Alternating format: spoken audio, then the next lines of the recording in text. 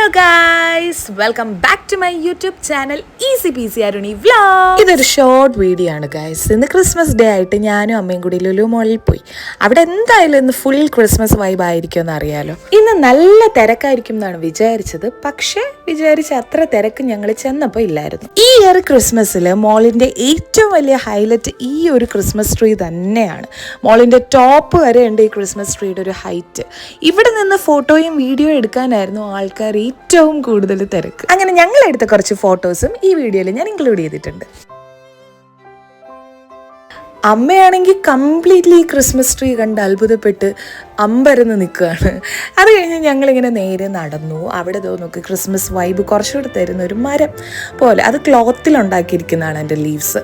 അപ്പോൾ അതിൻ്റെ അടുത്തൊക്കെ പോയി അതൊക്കെ കണ്ടു. കുറച്ചുകൂടെ ഇങ്ങോട്ട് വന്ന് നമ്മുടെ ഹൈപ്പർ മാർക്കറ്റിൻ്റെ അവിടെ എത്തിയപ്പോഴാണ് ഗൈസ് ഇത്രയും തിരക്ക് ഇവിടെ ഉണ്ടായിരുന്നല്ലേ എന്ന് എനിക്ക് മനസ്സിലായത്. പിന്നെ അമ്മയ്ക്ക് ചെറിയൊരു ഗിഫ്റ്റ് മേടിക്കണം എന്ന് പറഞ്ഞു. അപ്പോൾ ലുലു മോളിലെ തന്നെ ഗ്രൗണ്ട് ഫ്ലോറിലുള്ള ഒരു സ്റ്റോർ, ദ ബോംബെ സ്റ്റോർ എന്ന് മറ്റോ ആണ് പേര്.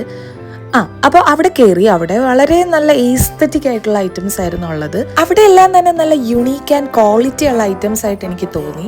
പിന്നെ ഈ ഹാൻഡ് ബാഗ്സും അതുപോലെ തന്നെ നല്ല നല്ല വാലറ്റ്സും ഒക്കെ ഉണ്ട്. അപ്പം അമ്മയ്ക്ക് ഈ ഹാൻഡ് ബാഗ് ഇഷ്ടപ്പെട്ടിട്ട് അമ്മ നോക്കുകയാണ്.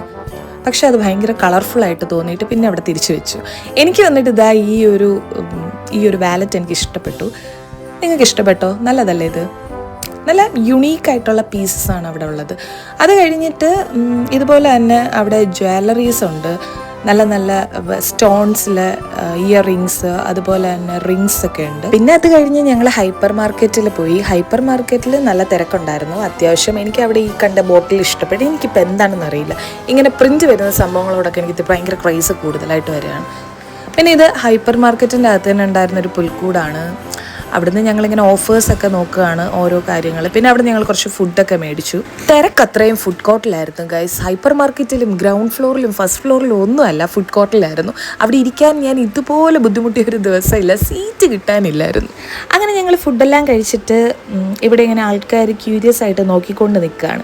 അപ്പോൾ അതെന്താ സംഗതി എന്ന് അറിയാൻ വേണ്ടി ചെന്ന് നോക്കിയപ്പോഴാണ് ഈ ക്രിസ്മസ് ട്രീയുടെ ടോപ്പ് കണ്ടത്. ഞാൻ ആദ്യമേ പറഞ്ഞില്ലേ, ഈ ബിൽഡിങ്ങിന് എത്ര ഹൈറ്റ് ഉണ്ടോ അത്രയും ഹൈറ്റ് ഉണ്ട് ക്രിസ്മസ് ട്രീക്കും.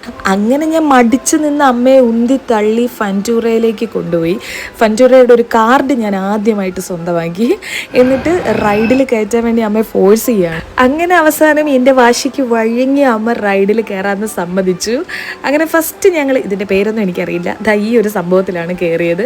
ഞാൻ ആക്ച്വലി ഇതിന് മുമ്പ് 2 തവണ ഇതിൽ കയറിയിട്ടുണ്ട്. അതുകൊണ്ട് എനിക്ക് ഭയങ്കര എക്സൈറ്റ്മെൻ്റ് ഒന്നും ഇല്ലായിരുന്നു. അമ്മ പക്ഷെ കൂവി വിളിച്ചു എന്നുള്ളതാണ് സത്യം.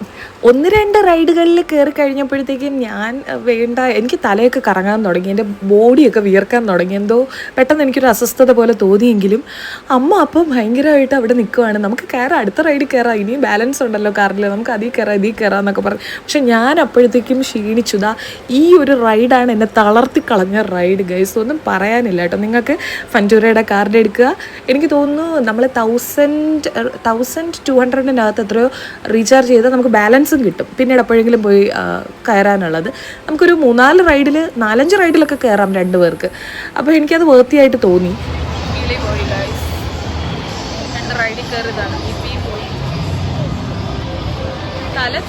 ഇതാണ് പറയുന്നത്, പറ്റാത്ത പണിക്ക് പോരുന്നത്. ആ വീഡിയോ കാണുമ്പോഴും ആക്ച്വലി എനിക്ക് തല ഇറങ്ങുന്നുണ്ട് ഗൈസ്. എനിക്കറിയില്ല, എനിക്ക് മുമ്പ് ഇങ്ങനെ ഉണ്ടായിട്ടില്ല.